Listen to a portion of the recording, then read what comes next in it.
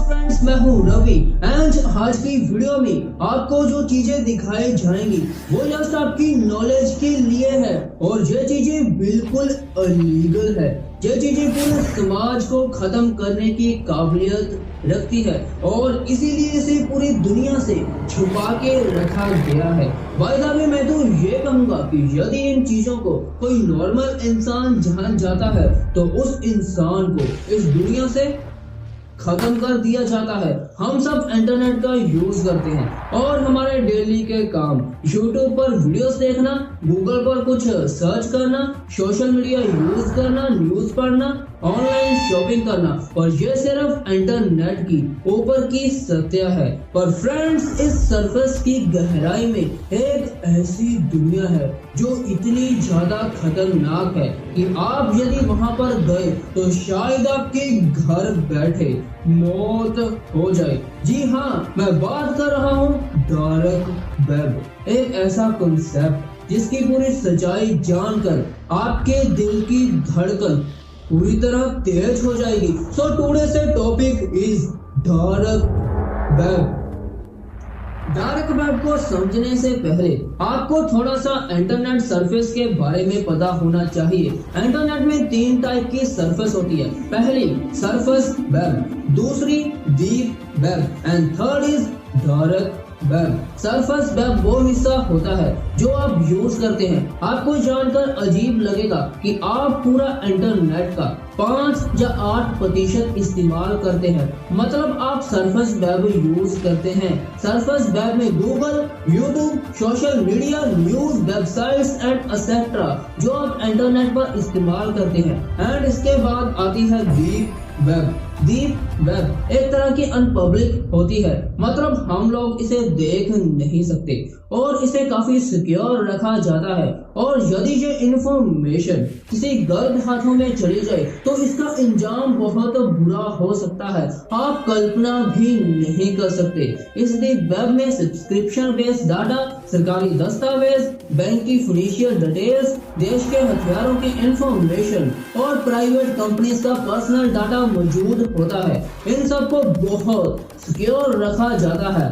आप इसे बिना परमिशन के एक्सेस नहीं कर सकते। यदि आप डीप वेब में जाना चाहते हैं तो आपको अपनी पहचान देनी होगी कि आप इसे लीगली यूज करेंगे। ये डीप वेब की नीचे आती है सबसे खतरनाक, डरावनी, mysterious web. That's name is dark web. Friends, मैं रवि आपको अब डार्क वेब की पूरी डिटेल देने वाला हूँ। सो मैं यही गुजारिश करता हूँ कि आप इसे बिल्कुल इस्तेमाल नहीं करेंगे। आपकी जान भी जा सकती है। आपको बिलीव नहीं होगा। जो लोग इसका इस्तेमाल करते हैं वो आपके साथ कुछ भी कर सकते हैं। आपको घर बैठे मार सकते हैं। So do not use this dark web at all. Dark web internet का सबसे निचला पार्ट है। डार्क वेब एक ऐसी काली दुनिया है यहाँ पर कोई भी आपको जाने नहीं देगा। मतलब सरफेस वेब पर आपको पता है कि यहाँ पर गूगल होता है, सोशल मीडिया, शॉपिंग एक्सेट्रा होता है, पर डार्क वेब पर आप नहीं जान सकते कि यहाँ पर क्या कुछ है। परफेक्ट ब्राइट आपको बताएगा कि डार्क वेब पर क्या कुछ है और आप इसे कैसे असेस कर सकते हैं। फ्रेंड्स, आपको जस्ट नॉलेज गेन करनी है, ना कि इन चीजों को प्रैक्टिकल करना। डार्क वेब पर अलीगल एक्टिविटीज होती है। ऐसा कुछ हो रहा है जिसकी आप कल्पना भी नहीं कर सकते। यहाँ पर हथियारों से लेकर ड्रग्स तक सब धंधे किए जाते हैं। मान लीजिए आप सरफेस वेब पर अमेज़न, फ्लिपकार्ट से मोबाइल फोन्स खरीदते हैं। उसी तरह डार्क वेब पर ऐसी वेबसाइट्स हैं जहां पर आपको गन्स मिलेंगी। आप सरफेस वेब पर कुछ खाने के लिए ऑर्डर करते हैं और आपके घर में वो खाने की चीज आपके पास पहुंच जाती है। उसी तरह डार्क वेब पर आपको आंखें, दिल, किडनी, लीवर, ब्रेन, बोन्स, मतलब इंसान के शरीर का हर पार्ट डार्क वेब पर मिलता है। डार्क वेब पर आपको हर तरह के जानवर की खाल मिल जाएगी। ऐसे जानवर भी मिल जाएंगे जो विलुप्त होने की कंगाल पर हो। फ्रेंड्स, ये तो कुछ भी नहीं है, यहाँ पर porn videos, black money, bank details और मानव शरीर को बेचा जाता है। यहाँ पर एक जिंदा इंसान को मारकर आपके घर में पहुँचा दिया जाता है। आपको जस्ट पैसे फेंकने हैं। यहाँ पर इंसान का आपको हर पार्ट मिल जाएगा। और सेकंड तरफ इल्यूमिनेटी जैसी सोसाइटी इस डार्क वेब से जुड़ी हुई है। डार्क वेब से इल्यूमिनेटी अपने सीक्रेट मैसेज को एक दूसरे तक पहुंचाती है। चलिए मैं आपको डार्क वेब की और गहराई में लेकर चलता हूँ। फ्रेंड्स, जिस तरह आप YouTube पर कुकिंग चैनल देखते हैं, उसी तरह डार्क वेब में ऐसे ट्यूटोरियल्स मौजूद है जो बहुत डरावने हैं। यहाँ पर आपको सिखाया जाएगा कि आपके दिल, आपकी आंखें, आपके दिमाग, आपके लीवर, आपके पैर, आपके फिंगर्स की सब्जी कैसे बनती है। आपको सिखाया जाएगा कि मानव शरीर के पार्ट को यूज करके नूडल्स कैसे बनते हैं। मतलब ऐसा कुछ जो बहुत मिस्टीरियस है। डार्क वेब में हाल में ही रेड रूम को लॉन्च किया गया था। इस रेड रूम में हिडन कैमरेस लगे हुए हैं। मतलब ये लोग हम जैसे इंसानों को अगवा कर लेते हैं और फिर आपको टॉर्चर किया जाता है और इस टॉर्चर को लाइव दिखाया जाता है डार्क वेब पर। मतलब एक जिंदा इंसान की आंखें निकालनी, गर्ल्स के साथ रेप करना, गर्ल्स के अंगों को काटना, आपका दिल बाहर निकालना, और ये सब कुछ देखने के लिए इंसान पैसे देता है। हर महीने 15 लाख लोग इस रेड रूम को देखते हैं। हम सब इन चीजों को ट्रैक नहीं कर सकते। हर टाइम इनका IP एड्रेस चेंज होता रहता है। मतलब बड़ा से बड़ा हैकर इस डार्क वेब की चीजों को हैक नहीं कर सकता। बाय द वे, आपने कुछ ऐसी न्यूज देखी होगी, कई बार कुछ लोग गायब हो जाते हैं। शायद उन लोगों को जो डार्क वेब के लोग उठा लेते हैं और फिर रेड रूम्स और अदर रूम्स में ले जाकर टॉर्चर किया जाता है। यहाँ पर बहुत डरावनी चीजें होती हैं। अब प्रश्न ये खड़ा होता है कि इस डार्क वेब में आप एक्सेस कैसे कर सकते हैं। पर आपको ये जानने से पहले आपको ये पता होना चाहिए कि ये करना पूरी तरह इलीगल है। डार्क वेब को एक्सेस करने के लिए एक स्पेशल ब्राउजर यूज किया जाता है। That's name is tor browser. और ये ब्राउजर इसीलिए बनाया गया था कि ब्राउजर को यूज करना अपना पर्सनल डिटेल दिए बिना। ये tor ब्राउजर पर बहुत एक्सट्रीमली VPN का जाल बिछा होता है। जब आप इस ब्राउजर का इस्तेमाल करेंगे तो आपको कोई ट्रैक नहीं कर पाएगा, क्योंकि यहाँ पर बहुत तरह के एड्रेस होते हैं। आपके IP एड्रेस को कोई नहीं ढूंढ पाएगा। मान लीजिए आप इस ब्राउजर को यूज करते हैं किसी चीज के लिए, तो आप अपनी फाइनल डेस्टिनेशन तक पहुंच जाएंगे। पर मैं जब आपको ट्रैक करूंगा तो मेरे सामने A एड्रेस से B एड्रेस, फिर B से B1, B1 से B12, मतलब लाखों करोड़ों एड्रेस मेरे सामने आ जाएंगे। मतलब मैं आपके IP एड्रेस को बिल्कुल ट्रैक नहीं कर पाऊंगा। पर जब आप किसी प्राइवेट सर्वर्स के द्वारा कुछ सर्च करते हैं अपने कंप्यूटर में, तो ये लोग आपके पूरे कंप्यूटर को हैक कर सकते हैं, क्योंकि बीच में कोई फायरवॉल नहीं होता। मतलब आपके साथ कुछ भी हो सकता है। फैक्ट ब्राइट आपको यस डार्क वेब के बारे में नॉलेज देना चाहता है, ना कि इसका इस्तेमाल करने का मेथड। डार्क वेब हमें ये तो सिखाता ही है कि सरफेस वेब की जड़ें बहुत गहरी होती है और इसमें जो इलीगल काम होते हैं उसे देखकर ये तो पता आपको चल ही गया होगा कि इंसान अपने फायदे के लिए कुछ भी कर सकता है। सो आज की वीडियो आपको कैसे लगी एंड क्या सीखा, नीचे कमेंट सेक्शन में हमें जरूर बताएं। एंड ये इन्फॉर्मेशन आपको अपनी फैमिली और दोस्तों के साथ शेयर जरूर करनी चाहिए। So friends, watch the fact bright, upgrade your mindset and keep focus completely. Hello friends, मैं हूँ रवि एंड आपको न्यूज में पता चले कि कुछ ही दिनों में तीसरा विश्व युद्ध शुरू होने वाला है और इस युद्ध से पूरी दुनिया खत्म हो जाएगी। आप, मैं और सब लोग, मतलब हम सब के पास सिर्फ कुछ दिन है जिंदगी के, उसके बाद सब खत्म। दी एंड वेल, हम सब जानते हैं कि इंसानों का इतिहास शुरू से जंगों और लड़ाइयों से भरा हुआ है। कुछ बड़ी लड़ाइयाँ होती है और कुछ छोटियां, पर क्या हो यदि एक लड़ाई हो जाए जिससे सब इंसान, पूरी दुनिया खत्म हो जाए, मतलब तीसरा विश्व युद्ध होने जा रहा हो। और ये मत भूलिए कि तीसरा वर्ल्ड वॉर इंसानी इतिहास का सबसे बड़ी जंग होगी। पर प्रश्न ये है कि ये तीसरा विश्व युद्ध कैसे हो सकता है, क्यों हो सकता है और कौन से वेपन्स होंगे जो वर्ल्ड वॉर करने के लिए इस्तेमाल होंगे, कैसी टेक्निक्स होंगी, क्या इस युद्ध में सैनिक होंगे, और बड़ी बात ये कि इस युद्ध में रणनीति कैसी होगी और कौन कौन से देश इस युद्ध में हिस्सा ले सकते हैं, ये जंग कैसे लड़ी जाएगी। तो चलिए, आज की वीडियो का टॉपिक है what happened if world war tomorrow. क्या हो यदि कुछ ही दिनों में विश्व युद्ध शुरू होने जा रहा हो। आपने टीवी चैनल्स में कितनी बार देखा होगा कि दो देशों में फ्यूचर में विश्व युद्ध होगा, पर क्या यह सच में होगा? अमेरिका, रूस, चाइना, नॉर्थ कोरिया देशों के बीच क्या जल्द विश्व युद्ध होने वाला है? हम सब मरने वाले हैं। ये इतिहास की सबसे बड़ी जंग होगी।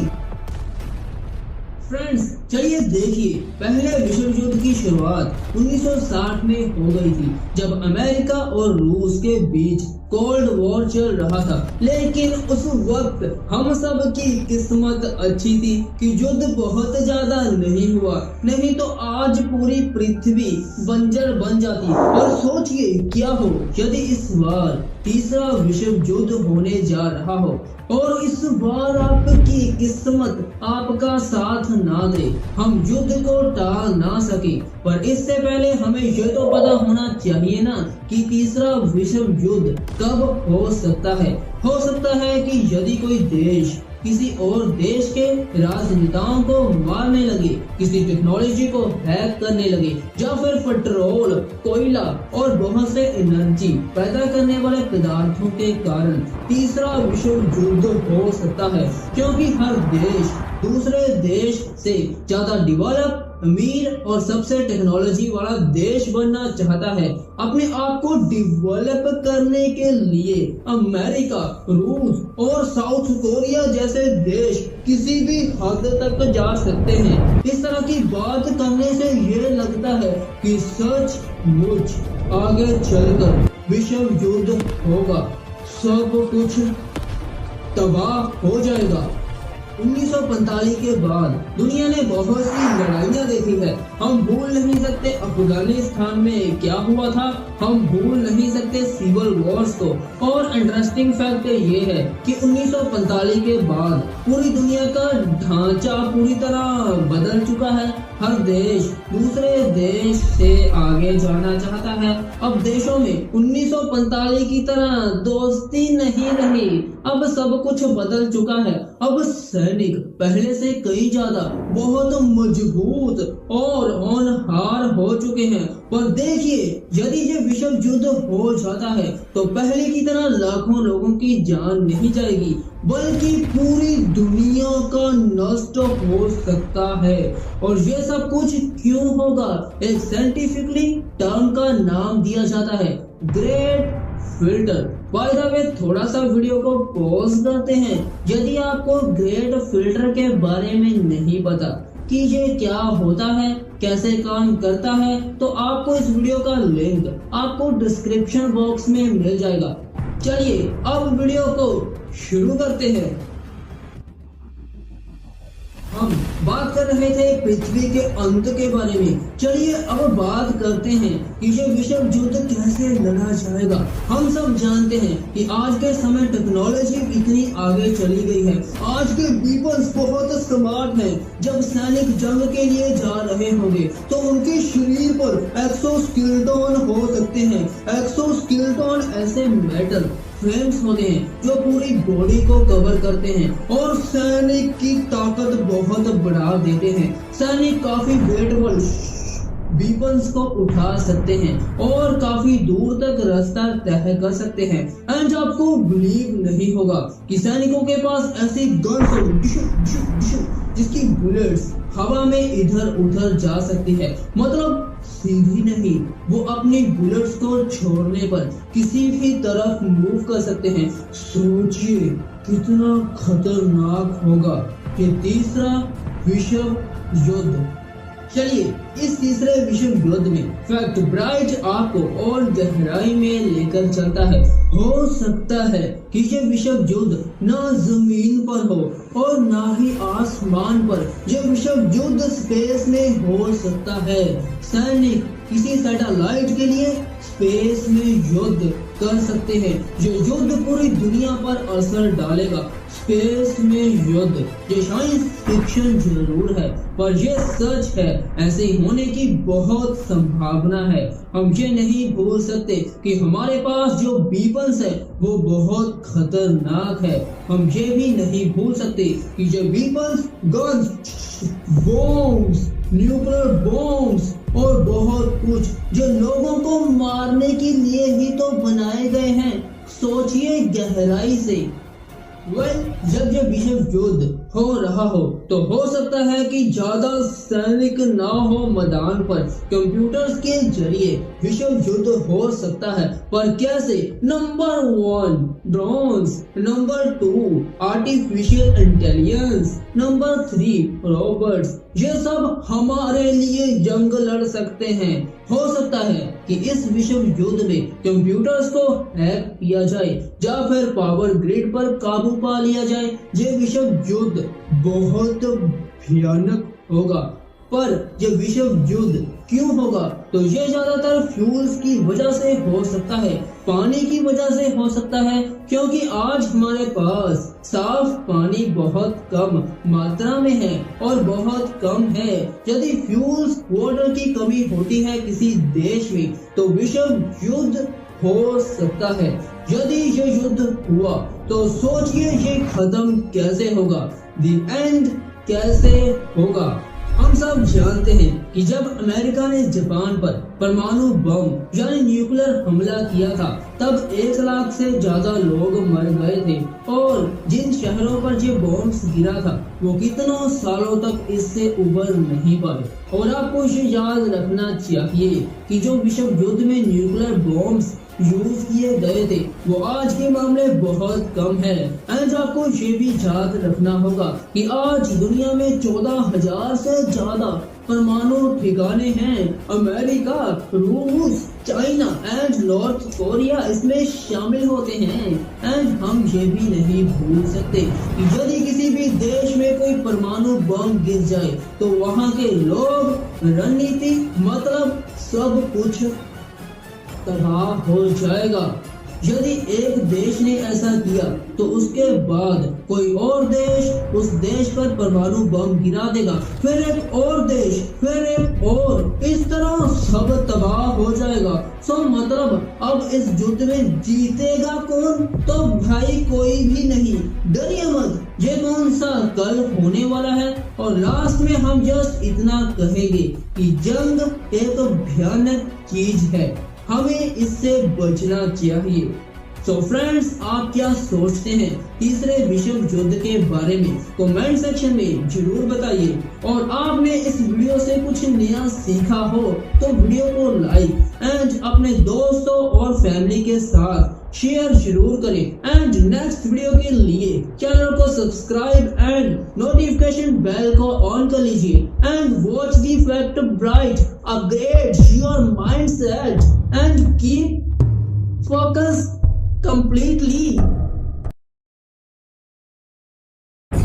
Hello friends, मीन्स मैं रवि एंड दुनिया प्राचीन समयों से रहस्यों से भरी पड़ी है और कुछ ऐसी जादुओं, बहुत डरावनी, खतरनाक और शैतानी शक्तियां की मौजूदगी से मानते हैं कि कई लोग इन वजहों से मारे गए। फैक्ट ब्राइटर्स आपके लिए हम एक MEE मोस्ट एनिग्मेटिक एपिसोड मतलब जादुओं, शक्तियों, बुरी आत्माओं, शैतान, भूत, प्रेत और अजीब तरह की घटनाओं के ऊपर ये एपिसोड होगा। फैक्ट ब्राइटर्स आप किसी भी MEE को रात में मत देखिए क्योंकि ये एपिसोड और जो भी आएंगे बहुत डरावने होंगे और रहस्यमय भी।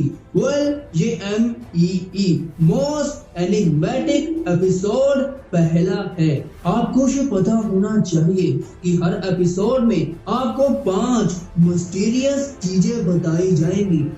चलिए आज की भूत या चुड़ैल का सामना किया एक लड़की ने और एक लड़की 10वीं मंजिल से कूद गई और बच गई।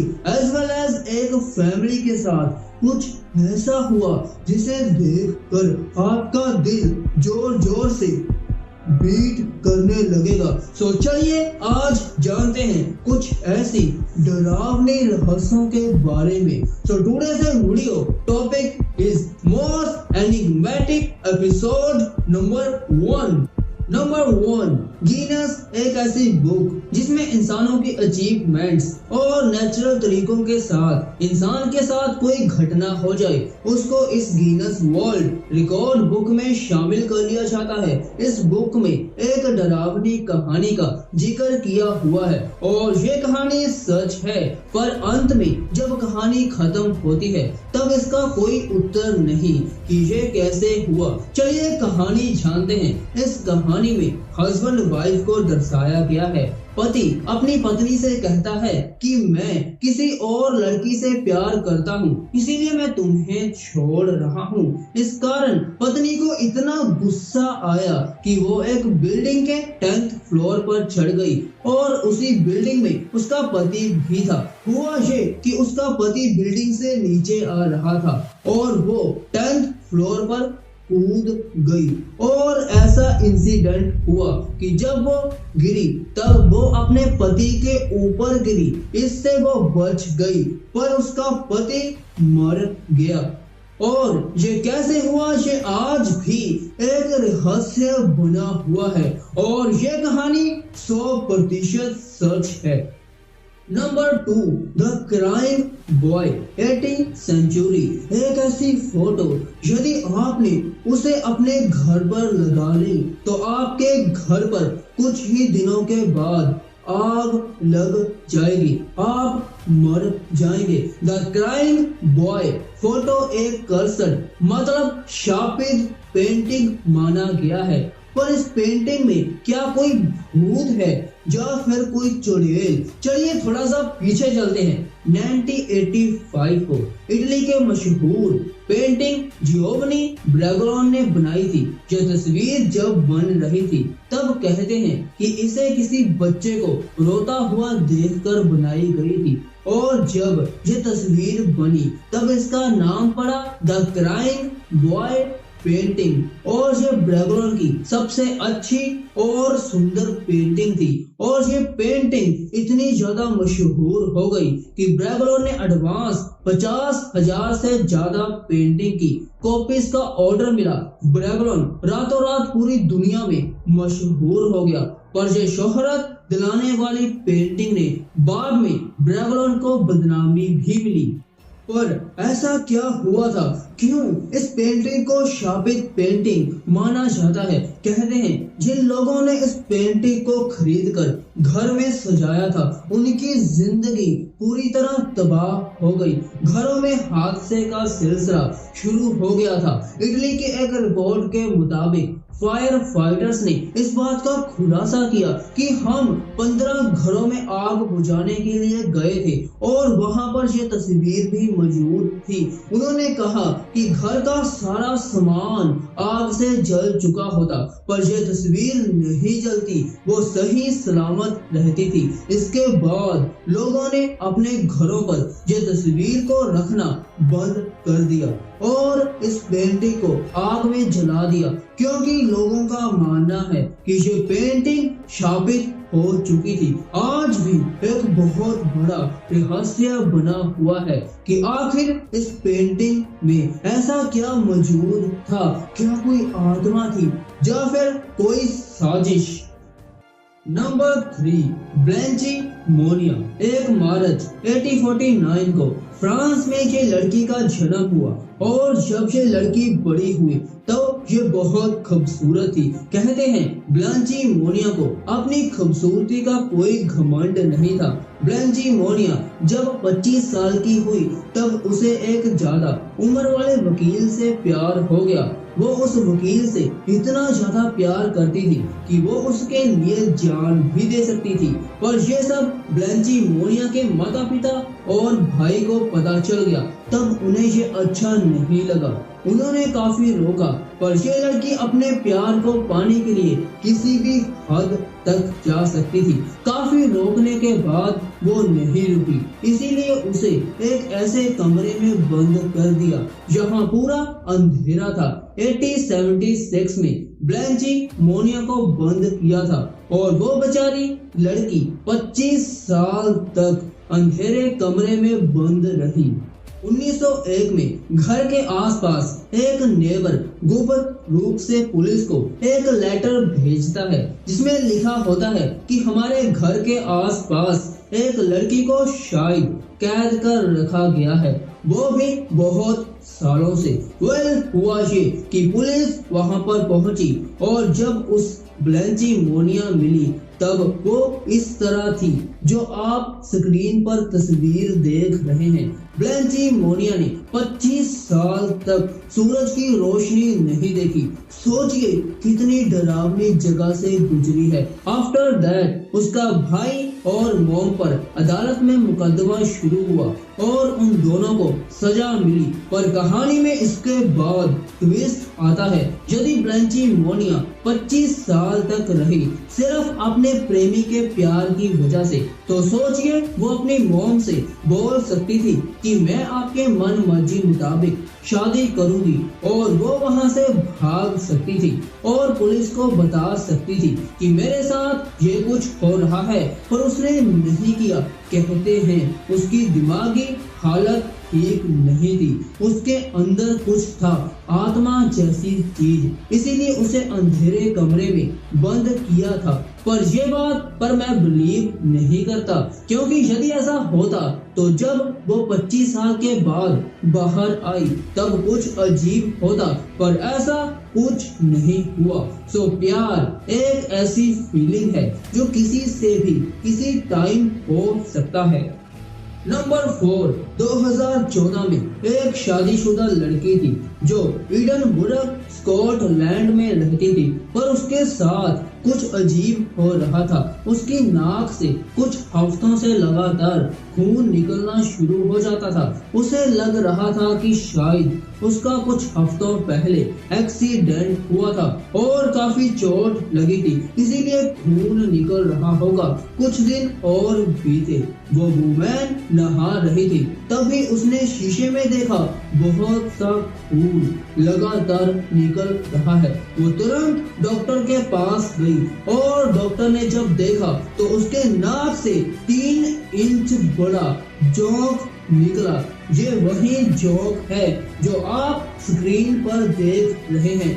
ये जोंक आया कहां से? मैंने इंटरनेट पर काफी सर्च किया तो मुझे पता चला कि ये जोंक उस लड़की के पेट में से नाक तक आया है। ये आज तक एक बहुत बड़ा रहस्य बना हुआ है कि ऐसा कैसे हो सकता है। क्या शरीर में कुछ ऐसा भी मौजूद है? मेडिकल साइंस कहती है यस, आपके शरीर में बहुत से बड़े बड़े जोंक है जो आपके खाने को हजम करने के लिए आपकी मदद करते हैं। डरिए मत, ये आपको कुछ नहीं कहेंगे। नंबर 5, 1 जुलाई 1976 में एक ऐसी डरावनी भूतिया घटना हुई। इस घटना में बहुत से आत्माओं ने एक लड़की को मार डाला। चलिए जानते हैं पूरा किस्सा। The exorcism of Emily Rose. क्या आपने ये मूवी देखी? ये मूवी एक रियल स्टोरी पर बनी हुई है, पर इस फिल्म से भी ज्यादा भयानक है। एमिली की कहानी। क्या एमिली रोज के अंदर 6 से ज्यादा आत्माएं थी? क्या हुआ था इस लड़की के साथ? एनीलीज का जन्म 1952 में एक ऐसी फैमिली में हुआ था जिसकी परिवार बहुत कट्टर किस्म का था। एनीलीज की बहन की 8 साल में मौत हो गई थी, इसीलिए एनीलीज की माँ उस पर अधिक दबाव डालने लगी और उसे पवित्र जीवन बिताने की सलाह देने लगी और उस पर बहुत कड़ी नजर भी रखी जाती थी। एनीलीज को स्कूल में जाना बहुत अच्छा लगता था। वो स्कूल में टॉपर बनना चाहती थी, पर स्कूल में उसके साथ एक अजीब घटना हुई। वो अपने दोस्तों के सामने कुछ मिनट के लिए बेहोश हो गई। कोई नहीं जानता कि उस टाइम क्या हुआ था। उसके बाद उस दिन से उसकी मानसिक स्थिति खराब रहने लगी। अगले दिन उसने स्कूल ना जाने का फैसला किया क्योंकि वो काफी डरी हुई थी। एनीलीज को डॉक्टर के पास ले जाया गया। डॉक्टर ने कहा इट्स नॉर्मल बेटा, आपको कुछ नहीं हुआ। पर 1970 में उसको टीबी हो चुका था। उसके साथ अब कुछ अजीब होना शुरू हो गया था। उसे काफी अजीब तरह की आवाजें सुनाई दे रही थी। हॉस्पिटल में उसका मिर्गी का इलाज किया गया और उसे हॉस्पिटल से छुट्टी मिल गई। इसके बाद एनीलीज ने स्कूल पास किया और उसने अपना कदम कॉलेज के लिए बढ़ाया क्योंकि वो एक बेस्ट टीचर बनना चाहती थी। पर 1973 में उसके साथ हेलुसिनेशंस होने लगी। इसमें आपको कुछ अजीब तरह की चीजें दिखती हैं। अब उसे पूरा यकीन हो चुका था कि उसके शरीर में कोई घुसा पड़ा है। डॉक्टर्स उसकी कोई मदद नहीं कर रहे थे क्योंकि किसी को समझ ही नहीं आ रहा था कि क्या हो रहा है। उसकी हालत बहुत बदतर होती जा रही थी। उसकी हालत इतनी बिगड़ चुकी थी कि वो अपने ही मूत्र को पीती थी और कोयला कीड़े खाने शुरू कर दिए थे। किसी को समझ नहीं आ रहा था कि क्या हो रहा है और कई बार तो वो अपने कपड़े फाड़ देती। उसके बाद एनीलीज को पादरियों के पास ले जाया गया। पादरियों के कहने से उसे कोई भी दवाई नहीं दी गई। बाद में भूत भगाने का प्रोसेस शुरू होता है। आप जो तस्वीर देख रहे हैं वो इस लड़की की है और जो साथ में है वो है पादरी जो इसके अंदर से भूत भगा रहे हैं। पादरियों जब आत्माएं निकाल रहे थे तब पता चला कि इस लड़की के अंदर 6 आत्माएं मौजूद थी और ये आत्माएं बहुत खतरनाक थी। जब आत्माएं निकाल रहे थे तब देखिए इस तस्वीर को ध्यान से। इसमें एनीलीज के दांतों में फ्रैक्चर है और आंखें पूरी तरह काली हो चुकी है और कई अंगों पर चोट के निशान भी है। 1976 में एनीलीज की मौत हो गई क्योंकि पादरियों का मानना है कि आत्माओं का निकलना बहुत मुश्किल हो चुका था। वो शरीर को छोड़ नहीं रही थी, इसीलिए वो मर गई और आत्माओं बाहर निकल गई। परफेक्ट ब्राइटर्स, आत्माएं, भूत, शैतान, क्या ये सब कुछ होता है? अभी तक इसका कोई 100% प्रूफ नहीं है, पर एक बात है, हर चीज होने की कोई वजह होती है और उस वजह को हम भूत, प्रेत, आत्माएं, चुड़ैल, शैतान के साथ जोड़ देते हैं। जब एनीलीज की मौत हो चुकी थी तब उसकी फैमिली को जेल की हवा खानी पड़ी क्योंकि वो अपनी लड़की पर बहुत अत्याचार करते थे।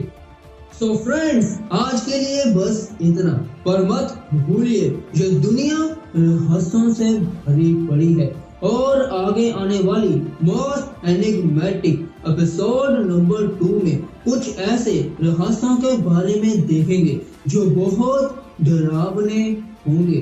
तो मिलते हैं नेक्स्ट वीडियो में। और आज की जो मिस्टीरियस वीडियो कैसी लगी नीचे कमेंट सेक्शन में जरूर बताइए। और आपने इस वीडियो से कुछ नया सीखा हो तो वीडियो को लाइक एंड अपने दोस्तों और फैमिली के साथ शेयर जरूर करें। एंड नेक्स्ट वीडियो के लिए चैनल को सब्सक्राइब एंड नोटिफिकेशन बेल को ऑन कर लीजिए। And watch the fact bright, upgrade your mindset and keep focus completely। Hello friends, मैं हूँ रफी। एंड क्या आपको पता है कि डायनासोर के मरने के बाद पृथ्वी पर क्या हुआ था? और हम सब जानते हैं कि आज से 6.5 करोड़ साल पहले ये बड़े विशाल डायनासोर धरती पर आए, एक महाप्रलय से खत्म हो गए। पर इसके बाद क्या हुआ और ये डायनासोर कैसे खत्म हुए थे? क्या हुआ था 6.5 करोड़ साल पहले? तो बने रहिए आज की वीडियो में पूरा हमारे साथ। And today's topic is last day of the dinosaurs. Basically सबसे पहले हमें समय में पीछे जाना होगा। तो चलिए चलते हैं आज से 6.5 करोड़ साल पहले, 21वीं सदी से 6.5 करोड़ साल पहले ये डायनासोर्स है और ये बहुत बड़े हैं और इस टाइम इन्हीं का राज चल रहा है। और फ्रेंड्स, जब ये चलते हैं तो ऐसा लगता है कि जैसे पृथ्वी कांप रही हो। एंड ये सभी जीव जो आप स्क्रीन पर देख रहे हैं वो पिछले 14 साल तक राज करते आए हैं। यहाँ पर 2 तरह के डायनासोर है, कुछ शाकाहारी हैं एंड कुछ मांसाहारी। एंड ये सभी डायनासोर्स बड़े खुश से अपना जीवन निवास कर रहे थे, पर शायद कुदरत को कुछ और ही मंजूर था। बेसिकली ये देखिए डायनासोर्स कितने खुश हैं और अपना जीवन कितनी अच्छी तरह से व्यतीत कर रहे हैं। पर ये क्या, ब्रह्मांड में ये चट्टान कहां से आ रही है? ये चट्टान सूरज की ग्रेविटी के कारण सूरज की ओर बहुत तेजी से आ रही है। पर हुआ ये कि जो धरती से 20 करोड़ मील एस्ट्रॉयड बेल्ट थी उससे ये चट्टान किसी और चट्टान से टकरा गई और जो एस्ट्रॉयड सूरज की तरफ आ रहा था उसका पाथ मतलब रास्ता बदल गया। अब वो 22,000 प्रति घंटे की स्पीड से पृथ्वी की तरफ आने लगी। और देखिए ऐसा लग रहा है कि ये चट्टान पृथ्वी के नेचुरल सैटेलाइट चंद्रमा से टकरा जाएगी। पर ये क्या हो रहा है, चट्टान चंद्रमा से नहीं टकराई क्योंकि चंद्रमा की ग्रेविटी इस एस्ट्रॉयड को खींच भी नहीं पाई। शायद अब ये पृथ्वी से टकरा जाएगी। तो रियली ये टकरा गई। तो देखिए पृथ्वी की ग्रेविटी की वजह से इसकी स्पीड और बढ़ गई, जो 70,000 किलोमीटर प्रति घंटे की स्पीड हो गई है। और अब ये चट्टान पृथ्वी के वायुमंडल पर पहुंच गई है एंड अब शायद वायुमंडल इसे खत्म कर दे। पर नहीं, ऐसा नहीं हो पाया क्योंकि ये चट्टान बहुत बड़ी है। तो देखिए पृथ्वी का वायुमंडल इसे पूरी तरह से खत्म नहीं कर पाएगा। फ्रेंड्स देखिए ये चट्टान किस तरह कितनी तेज पृथ्वी की तरफ आ रही है और इस चट्टान की रोशनी इतनी तेज है, मतलब जो भी जीव इसे देख रहा है वो तुरंत ही अंधा हो गया है। एंड आपको कुछ देखकर पता चला, देखिए ये चट्टान कितनी ज्यादा गर्मी भी दे रही है। पृथ्वी का एनवायरनमेंट पूरी तरह बदल चुका है और ये एनवायरनमेंट को पृथ्वी के जीव सहन ही नहीं कर पा रहे। एंड ये चट्टान मैक्सिको की खाड़ी पर टकराई है एंड जब ये चट्टान धरती से टकराई तब 35,000 डिग्री सेल्सियस वाला गर्मी वाला विस्फोट होता है। और देखिए आसमान पर किस तरह धूल के बादल दिख रहे हैं। रेडिएशंस इतने ज्यादा बढ़ गई है कि पृथ्वी का एनवायरनमेंट पूरी तरह बदल चुका है। समुद्र में बड़े बड़े लहरें आने लगी हैं, मतलब पूरी पृथ्वी पर सुनामी आ गई है और पृथ्वी का वातावरण पूरी तरह बदल चुका है और सभी पृथ्वी की प्रजातियां खत्म होने लगी हैं। फ्रेंड्स, शायद आप सोच रहे हो जो डायनासोर उड़ सकते थे उनका क्या होगा। तो देखिए, जब ये चट्टान पृथ्वी से टकराई थी तब डायनासोर्स आसमान में उड़ने लगे, पर जो धूल के बादल थे ना उनमें से छोटे छोटे एस्ट्रॉयड्स पृथ्वी की ग्रेविटी की वजह से फिर से नीचे आने लगे और इन एस्ट्रॉयड्स ने सभी डायनासोर्स का अंत कर दिया। एंड देखिए, पृथ्वी पर इतनी धूल है कि सूरज की रोशनी भी नहीं दिख रही, चारों ओर अंधेरा है और सुनामी हर तरफ है। एंड पृथ्वी का टेम्परेचर 200 डिग्री सेल्सियस तक चला गया है। एंड ये डायनासोर्स अब पूरी तरह पृथ्वी को छोड़ चुके हैं। एंड इसके बाद बहुत सालों तक धरती का टेम्परेचर ऐसे ही रहा था। तो यार, कुदरत का नियम है, कुछ भी नया करने के लिए पहले वाला छोड़ना होता है। सो फैक्ट ब्राइट आपसे जानना चाहता है कि कुदरत ने डायनासोर्स का अंत करके अच्छा किया या नहीं। आप क्या सोचते हैं? नीचे कमेंट सेक्शन में हमें जरूर बताएं। एंड आपने वीडियो से कुछ नया सीखा हो तो वीडियो को लाइक एंड चैनल को सब्सक्राइब एंड नोटिफिकेशन बेल को ऑन कर लीजिए। फ्रेंड्स, आप रात के समय घर जा रहे हैं और रास्ते में एक जंगल आता है और आपको कुछ अजीब तरह की आवाज आई और ये आवाज आपका ध्यान खींच ले। आप इस आवाज के पीछे जाने लगे और एकदम आपके सामने 40 फीट वाला जो बिल्कुल लोहे का बना हो और ये मॉन्स्टर आप पर हमला कर दे और अपने तीखे तीखे नाखून से आपका काम तमाम कर दे। सो हेलो फ्रेंड्स, मैं हूँ रवि और आज मैं आपको एक ऐसे मॉन्स्टर जो 40 फीट लंबा लोहे का बना है और यदि आपने इसको देखना है तो गूगल पर सर्च करें द साइरन हेड या फिर SCP-6789। क्या ये मॉन्स्टर पृथ्वी पर मौजूद है? क्या किसी ने आज तक साइरन हेड को देखा है? क्या कोई ऐसी घटना हुई जो ये साबित कर सके कि ये साइरन हेड हमारे ग्रह पर मौजूद है? क्या ये कोई एलियन है? क्या साइरन हेड किसी और दुनिया से आया है? एंड सबसे बड़ी बात ये है भी या फिर लोगों ने जानबूझकर अफवाह फैला दी? सो सभी प्रश्नों का उत्तर आपको आज फैक्ट ब्राइट देगा और आज की वीडियो में लास्ट में आपको साइरन हेड की एक ऐसी वीडियो दिखाऊंगा जो देखकर आप अपनी हंसी को रोक नहीं पाएंगे। सो साइरन हेड को पूरी डिटेल के साथ जानते हैं। साइरन हेड एक मॉन्स्टर जो 40 फीट लंबा लोहे का बना है और खास चीज इसका सिर है। इसके सिर पर 2 बड़े बड़े साइरन लगे हैं। एग्जाम्पल देता हूँ, मान लीजिए आप जंगल में जा रहे हैं और आपको कुछ अजीब आवाज आने लगी और ये आवाज आपको अट्रैक्ट कर रही है। आपका ऐसा दिल करेगा कि मैं इस आवाज के पीछे जाऊं। ये आवाज साइरन हेड अपने सिर के जो बड़े बड़े साइरन लगे हैं उससे ऐसी आवाज निकालता है जो इंसान को अपनी ओर खींचती है। एंड जंगल में आप भी इसके पीछे चले जाते हैं तो 40 फीट लंबा आपका काम तमाम कर देगा। पर क्या ये 40 फीट लंबा मॉन्स्टर आज तक किसी ने देखा?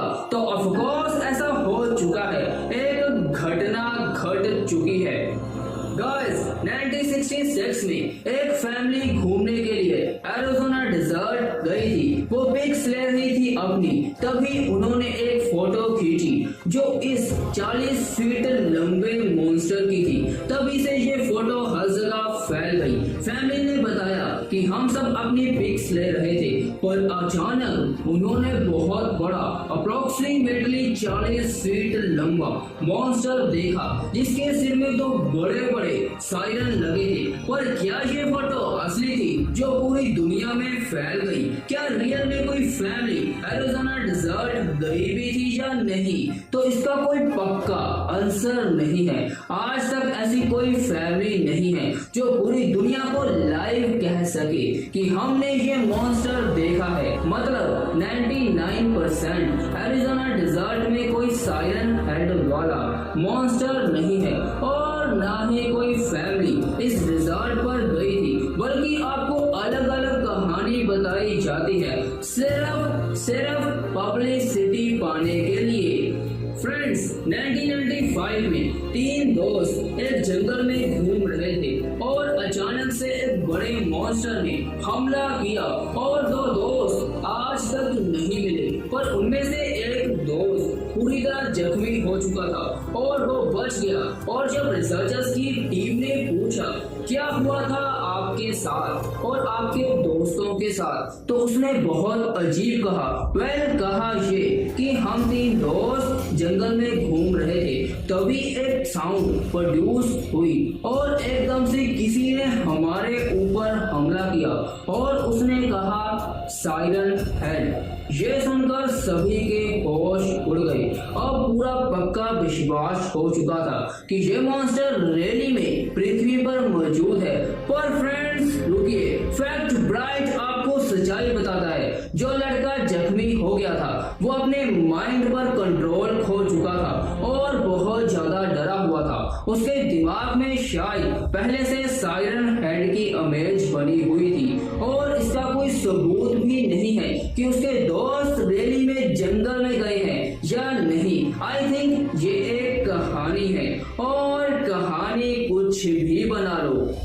फैक्ट ब्राइट आपको अब इस मॉन्स्टर की एक सच्चाई बताएगा कि ये आया कहां से। सो एक बात आपको जान लेनी चाहिए कि सायरन हेड ना ही कोई एलियन है और ना ही ये किसी और दुनिया से आया है। एंड आज तक कोई 100% श्योर घटना कैप्चर नहीं हुई जो ये साबित कर सके कि सायरन हेड पृथ्वी पर मौजूद है। पर फिर भी इंटरनेट पर इतनी पिक्स क्यों आई? आखिर चक्कर क्या है? ट्रेवर हैंडसन जो एक बहुत अच्छे कैनेडियन इलस्ट्रेटर, आर्टिस्ट, राइटर हैं, ये बंदा अपनी कला से तरह तरह के ऐसे डरावने मॉन्स्टर भूत डिजाइन करता है और इसे देखकर आप पूरी तरह डर जाएंगे। सो ये बंदे ने खुद कहा कि सायरन हेड मैंने डिजाइन किया है अपने दिमाग से, अपनी इमेजिनेशन से। पर लोग कहाँ सुधरने वाले हैं। उन्होंने इतनी इंटरनेट पर तरह तरह की फोटोज और वीडियोस बना कर डाल दी और जब आप देखते हैं तो हर कोई देखकर डर जाता है। एंड गाइस, ट्रेवर हैंडसन का इंस्टाग्राम के पेज पर यदि आप जाएंगे तो आपको वहां पर बहुत तरह तरह के क्रीचर्स देखने को नजर आएंगे। सो जब ये बंदा खुद कहता है कि ये सायरन हेड मैंने डिजाइन किया है तो किया होगा ना, राइट? फ्रेंड्स, अब बारी आती है रियलिटी की। क्या रियल में सायरन हेड पृथ्वी पर मौजूद है? तो आप खुद ही सोचिए। आज की टेक्नोलॉजी से सैटेलाइट के जरिए पृथ्वी के कोने कोने पर नजर रखी जाती है, तो यदि ये सायरन हेड नाम का क्रीचर होता तो डेफिनेटली सैटेलाइट इस सायरन हेड को कैप्चर करता। पर अभी तक कुछ नहीं हुआ। सो फैक्ट ब्राइट आपसे खुद कहता है कि ऐसा कुछ नहीं है। पर आपको एक बात नहीं भूलनी चाहिए कि ये ब्रह्मांड बहुत बड़ा है एंड हमारी सोच से परे बहुत सी चीजें हैं जो एग्जिस्ट करती हैं। फ्रेंड्स, क्या आपको एक बार याद आई? हमने आपको लास्ट में कुछ हंसने वाली वीडियो दिखानी थी और इसे देखें आप अपनी हंसी को रोक नहीं पाएंगे। सो गाइस, देखिए इस वीडियो को। इसमें सायरन हेड डांस कर रहा है। अरे ये क्या? ये तो बहुत फनी नजर आ रही है। सो सायरन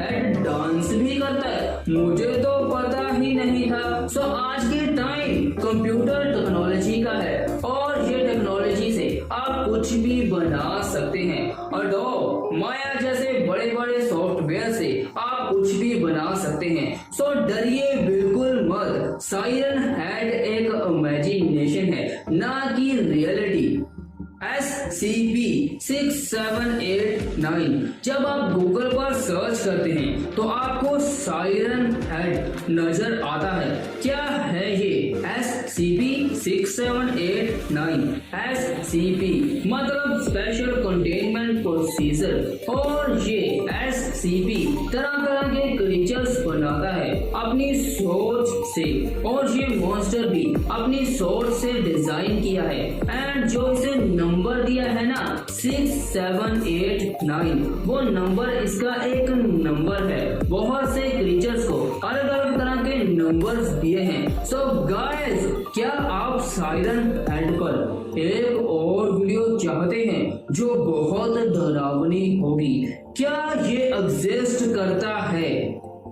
क्या आप एक और वीडियो चाहते हैं? नीचे कमेंट करके फैक्ट ब्राइट को जरूर बताएं। And watch the fact bright, upgrade your mindset and keep focus completely.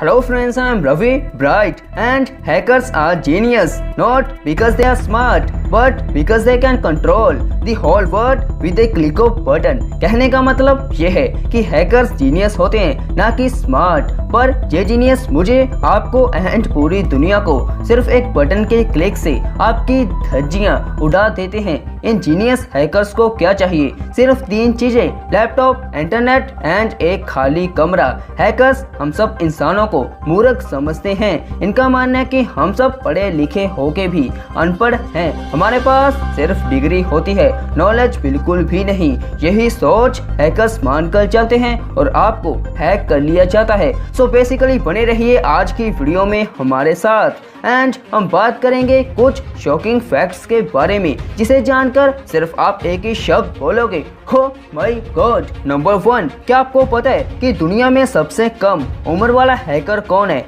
Basically Christopher von hassle, जिसका जन्म 2009 में हुआ, और इस बच्चे ने 2014 में यानी सिर्फ 5 साल की उम्र में माइक्रोसॉफ्ट की वीडियो गेमिंग कंपनी एक्सबॉक्स की धज्जियां उड़ा दी। इस छोटे हैकर के बारे में हम आगे काफी कुछ जानेंगे, पर इससे पहले मैं आपसे ये कहना चाहता हूँ कि भारत देश में एक 5 साल के बच्चे को A for apple, B for ball, C for cat and so on ये अच्छी तरह से नहीं आता।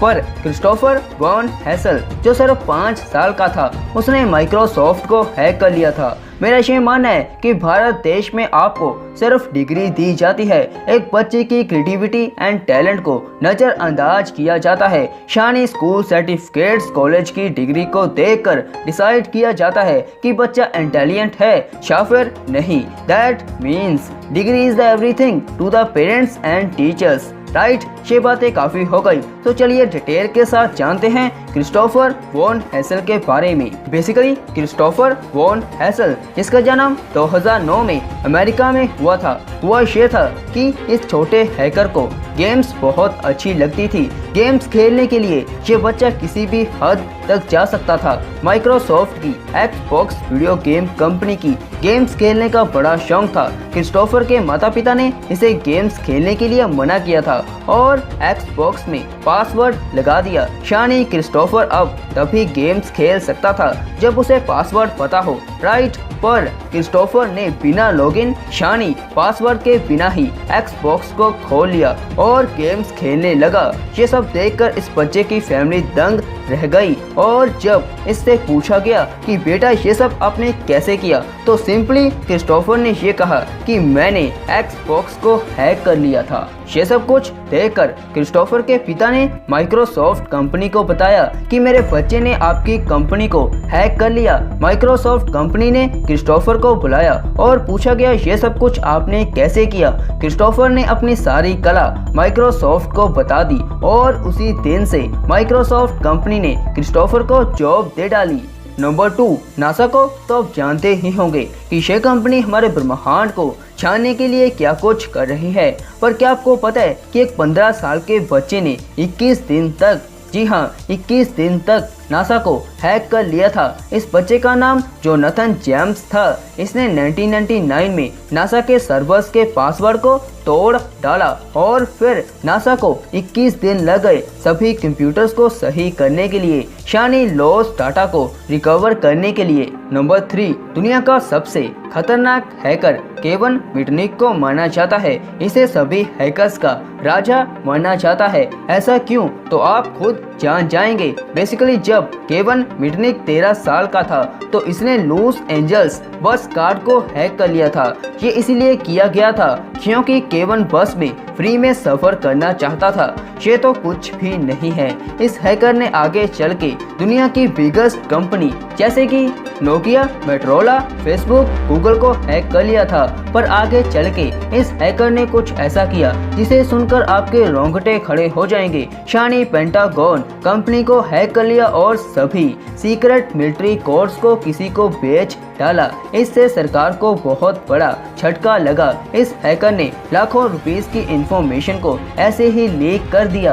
बेसिकली 1993 में FBI इस हैकर को ढूंढने लगी, मगर ये 3 साल तक किसी के हाथ नहीं लगा और फिर 1995 में FBI ने इस हैकर को पकड़ ही लिया। और जब इनसे पूछा गया कि आप ऐसा क्यों कर रहे हैं, तो इसने सिर्फ ये कहा कि मैं तो सोशल इंजीनियरिंग कर रहा हूँ, यानी किसी भी इंसान के दिमाग पर कब्जा करना और फिर उससे मन मुताबिक काम करवाना। जज का ये मानना था कि ये इंसान एक क्लिक से न्यूक्लियर वार करवा सकता है। एंड फिर जज ने इस हैकर को एक ऐसी जेल में बंद कर दिया जिसमें 7 लेयर्स सिक्योरिटी लगी हुई थी। पर ये हैकर ने ना जाने कैसे इन सभी लेयर्स को तोड़कर भाग गया, पर ये फिर से पकड़ा गया एंड 21 जनवरी 2000 को इस हैकर को जेल से रिलीज कर दिया एंड ये फिर एक साइबर सिक्योरिटी एडवाइजर बन गए। केविन मिटनिक अब ये कहते हैं, I am not hacker, I am security.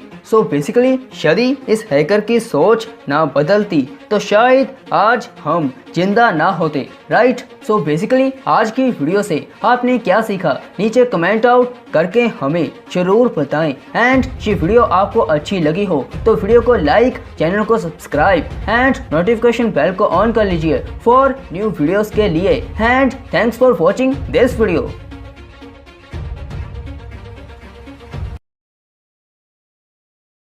Hello friends, मैं हूं रवि एंड ये वीडियो टाइटैनिक जहाज का दूसरा पार्ट है। आपने फर्स्ट वीडियो में देखा कि टाइटैनिक जहाज कब बना, टाइटैनिक जहाज कितना बड़ा था, ये पहली बार पानी में कब चला, क्या हुआ था उस रात जब ये पानी में डूब गया, कितने लोगों की जान चली गई।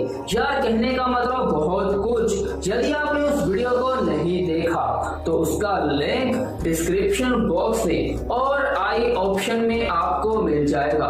उस वीडियो को देखने के बाद आज की वीडियो में आपको मजा बहुत आएगा। चलिए कुछ ऐसी बातें जानते हैं टाइटैनिक के बारे में जो काफी अमेजिंग है।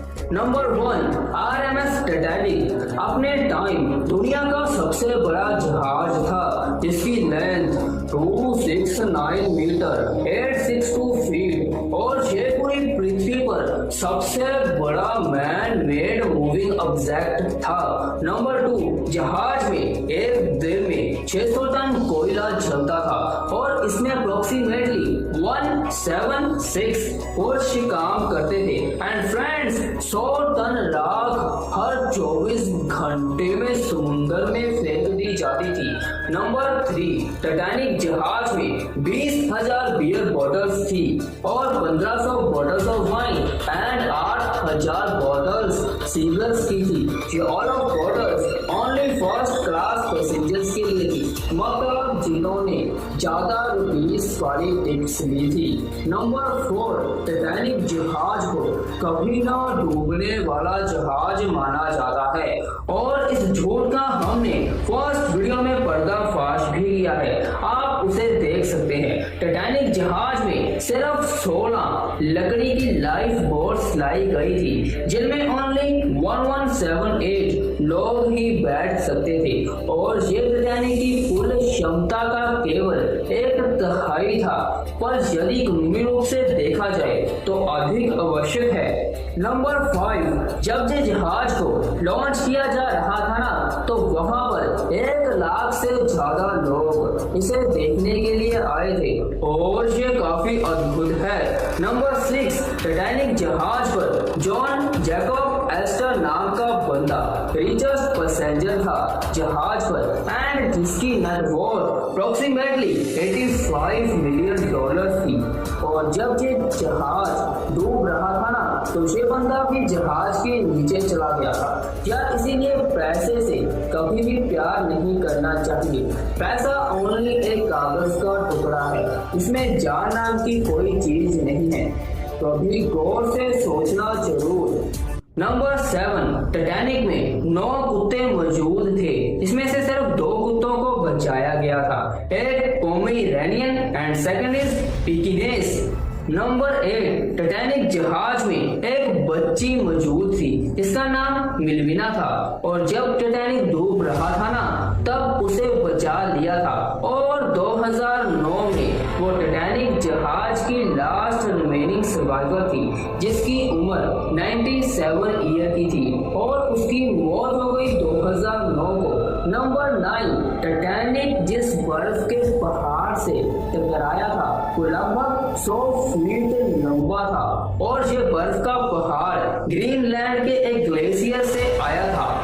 नंबर 10, जहाज के कैप्टन एडवर्ड स्मिथ भी जहाज के डूबते समय नीचे चले गए। उनके अंतिम शब्द ये थे, ठीक है लड़कों, तुमने अपना कर्तव्य निभाया और इसे अच्छी तरह से निभाया। मैं आपसे और कुछ नहीं मांगता, मैं तुम्हें मुक्त करता हूँ। आप समुद्र का निज़म जानते हैं, अब हर आदमी खुद के लिए है और भगवान तुम्हें आशीर्वाद दे। नंबर 11, जब टाइटैनिक जहाज समुद्र में चल रहा था, तब 6 वार्निंग्स मिली थी कि आगे बर्फ के पहाड़ का टुकड़ा है, और ये वार्निंग्स को बिल्कुल नजरअंदाज किया गया। नंबर 12, टाइटैनिक जब 15 अप्रैल को 2:20 में पानी में पूरी तरह डूब गया, तब पानी का टेम्परेचर -2 डिग्री सेल्सियस था। जिन लोगों ने शराब पी रखी थी वो 15 मिनट तक जिंदा रहे और बाकी के जस्ट 2 मिनट के भीतर मौत हो गई। मुझे तो सोच के ही अजीब लगता है कि इतना ठंडे पानी में लोगों ने दम कैसे तोड़ा होगा।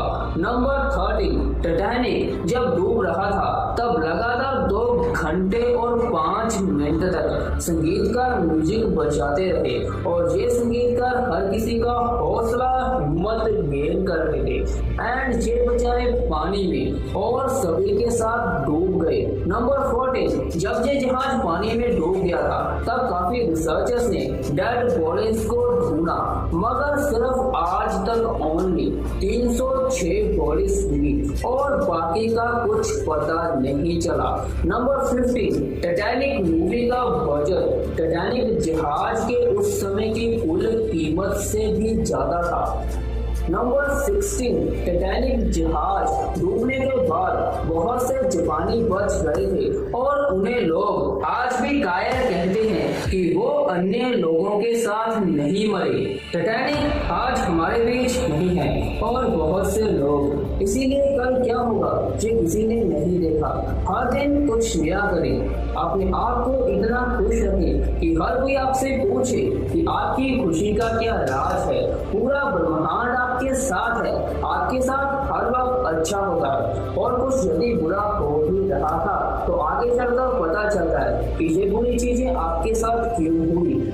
Life just one time offer, अपनी जिंदगी को शौक से एंजॉय करें क्योंकि ये हर किसी को नहीं मिलती। फ्रेंड्स, आपको टाइटैनिक के बारे में कुछ ऐसा पता है जो सुनने में काफी अजीब हो? कुछ ऐसा है तो नीचे कमेंट जरूर करना। एंड एक चीज, watch the fact right, upgrade your mindset and keep focus completely.